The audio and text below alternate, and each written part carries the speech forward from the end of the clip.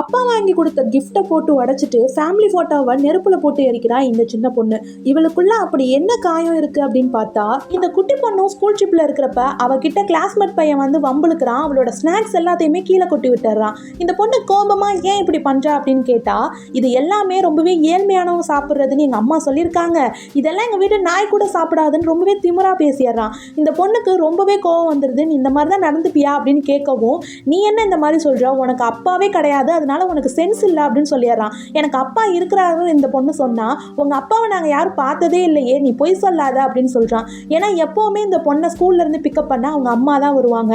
ஆனா இந்த நேரத்துல கரெக்டா அந்த பொண்ணோட அப்பா அங்க வராரு. இந்த பொண்ணை ஆசையா ஹக் பண்ணலான்னு சொல்லிட்டு போனா அவர் அவளை தள்ளி விட்டுட்டு அந்த வம்பளத்த பையன் கூட போய் நிற்கிறாரு.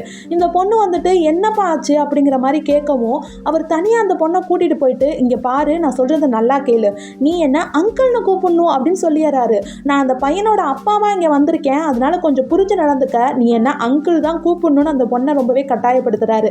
அந்த பொண்ணுக்கு ஒன்றுமே புரிய மாட்டேங்குது. ஆனாலும் வேற வழி இல்லாமல் அவரை அங்கிள்னு கூப்பிட்டுறாளா.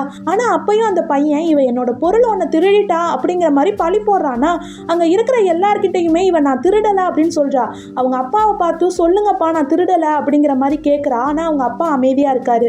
எல்லாரும் அவன் மேலே பழி போடுறாங்க. ஆனால் அந்த நேரத்தில் அந்த பொண்ணு அவங்க அப்பாவையே தான் பார்க்குறா. இது நீங்கள் எனக்கு வாங்கி கொடுத்ததில்லன்னு சொல்லிட்டு, ஆனால் அவர் என்ன சொல்கிறாருன்னா மன்னிப்பு கேளு அப்படின்னு சொல்லிடுறாரு. இது இந்த சின்ன பொண்ணுக்கு எவ்வளோ அசிங்கமாக இருக்கும்.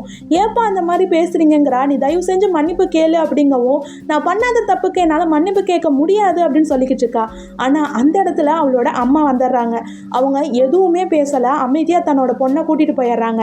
ஏன்னா அவங்க அப்பாவுக்கு அஃபேர் இருக்க விஷயம் கொஞ்ச நாளைக்கு முன்னாடி தான் அவங்களுக்கு தெரிய வந்திருக்கும். யதார்த்தமாக ரிச்சான ஹோட்டலுக்குள்ளே இவங்க ஹஸ்பண்ட் வேற ஒரு ஃபேமிலி கூட இருக்கிறத பார்த்துருப்பாங்க. அதனால அவங்க மனசுடைஞ்சு போயிருப்பாங்க.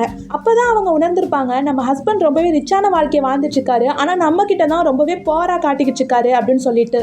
அப்புறம் ஒரு நாள் புள்ளி பண்ண பையனோட பிறந்த நாளை அவங்க ஃபேமிலி கூட அந்த ஹஸ்பண்ட் செலிப்ரேட் பண்ணிட்டு இருக்கப்ப, இன்னைக்கு தான் பொண்ணோட பிறந்த நாள் அப்படிங்கிறதும் இவருக்கு ஞாபகம் வருது. அந்த பொண்ணு ரொம்ப ஆசையாக கேக்கோட நாங்கள் உங்கள் கூட பர்த்டே செலிப்ரேட் பண்ணணும் அப்படின்னு கேட்டுப்பாளா. அது மட்டும் இல்லாமல் அவள் அன்னைக்கு ஸ்கூல் ட்ரிப்லாம் அழுததும் இவனுக்கு ஞாபகம் வருது. இதனால ரொம்பவே கில்ட்டானவன் கேக்கு டாய்ஸ் எல்லாம் வாங்கிட்டு அந்த குழந்தைய தேடி வரானா. ஆனால் அங்கே அவனுக்கு ஏமாற்றம் தான் கிடைக்குது.